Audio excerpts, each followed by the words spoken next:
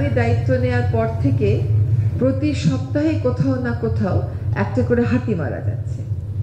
তার কারণটা হচ্ছে যে হাতিকে কখনোই আমরা এই বিষয়টা মন দিয়ে ভাবিনি যে আমরা যে এখানে রোহিঙ্গা শিবির করে ফেলছি, ওইখানে ইকোনমিক জোন করে ফেলছি।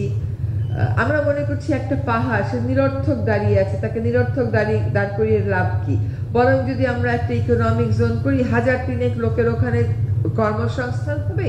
কিন্তু আমরা তখন ভাবি নাই যে তাহলে হাতিগুলো তো এই রাস্তা দিয়ে হাঁটে, ও তাহলে হাঁটবে কোন রাস্তা দিয়ে, ও তাহলে খাবে কি? এমন একটা পর্যায়ে চলে গেছে, একদম সমস্যার চূড়ান্তে চলে এসছে। ফলে প্রতি সপ্তাহে আপনি দেখবেন একটা করে হাতি মারা যাচ্ছে এবং এটার কোনো কুলকিনারা করা যাচ্ছে না। কখনো মারা যাচ্ছে ম্যালনিউট্রিশনে, কখনো মারা যাচ্ছে সন্তান প্রসব করতে গিয়ে, কখনো মানুষ তাকে গুলি করে মেরে ফেলে তার টাস নিয়ে যাচ্ছে, তার পায়ের নখ নিয়ে যাচ্ছে, কখনো নিজের ধান ক্ষেত বাঁচাতে কৃষকেরা তার কাটার বেড়া দিয়ে হাতিকে বিদ্যুতায়িত করে মেরে ফেলতেছে। এই সবগুলোই আসলে কি হচ্ছে জানেন? পরিকল্পনার অভাব। শুধুমাত্র একটা সংস্থা, একটা মন্ত্রণালয় পরিকল্পনা করে এই চেঞ্জটা আনতে পারবে না। এটা আমাদের মনোজগতে, আইনি কাঠামোতে, প্রশাসনিক জায়গাতে আনতে হবে।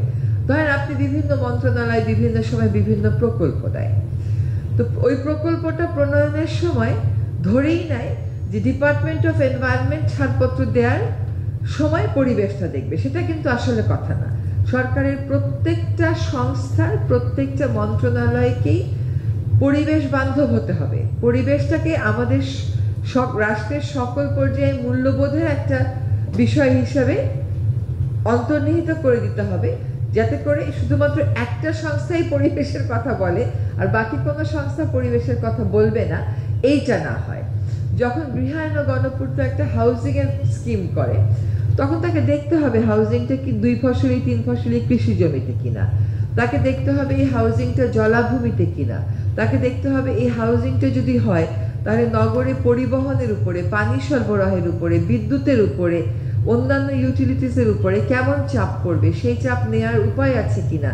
এই হাউজিংটা যদি করার দরকার হয় তাহলে ঢাকা শহরেই করতে হবে, নাকি আমরা যে বিকেন্দ্রীকরণের কথা বলি সেখানে যেয়ে করবে। কৃষি মন্ত্রণালয় কি বলে কৃষি জমি নিয়ে হাউজিং করার ক্ষেত্রে, এই সমস্ত কিছু তো সকলকেই বিবেচনায় করতে হবে। নতুবা একটা মন্ত্রণালয় খুব সুন্দর একটা হাউজিং প্রকল্প আনলো, যেটা 3D ইমেজ দেখে আমরা মুগ্ধ হয়ে গেলাম, কিন্তু অন্য মন্ত্রণালয় এসে যখন বলবে যে আপনি তো আমার কৃষি জমি নিয়ে যাচ্ছেন, তখন অপূর্ব সুন্দর 3D প্রেজেন্টেশনের পরে কৃষি মন্ত্রণালয়ের এই কথা হয় ধর্তব্যই ধরা হবে না, কিংবা বলা হবে যে এটা তো আসলে আমাদের রাষ্ট্রের সর্বোচ্চ পর্যায়ে অনুমোদিত হয়ে গেছে, এখন আপনার কাছে এসছি কেবল আনুষ্ঠানিকতা। আমি দেখেছি বড় বড় প্রকল্পগুলো সংস্থাগুলো সিদ্ধান্ত নিয়ে নেয় এবং নিয়ে বলে যে অমুক প্রেজেন্ট ছিল, সেখানে আমরা সিদ্ধান্ত নিয়ে নিয়েছি, এখন আমাদের পরিবেশগত ছাড়পত্র তাড়াতাড়ি করে দিয়ে দেয়।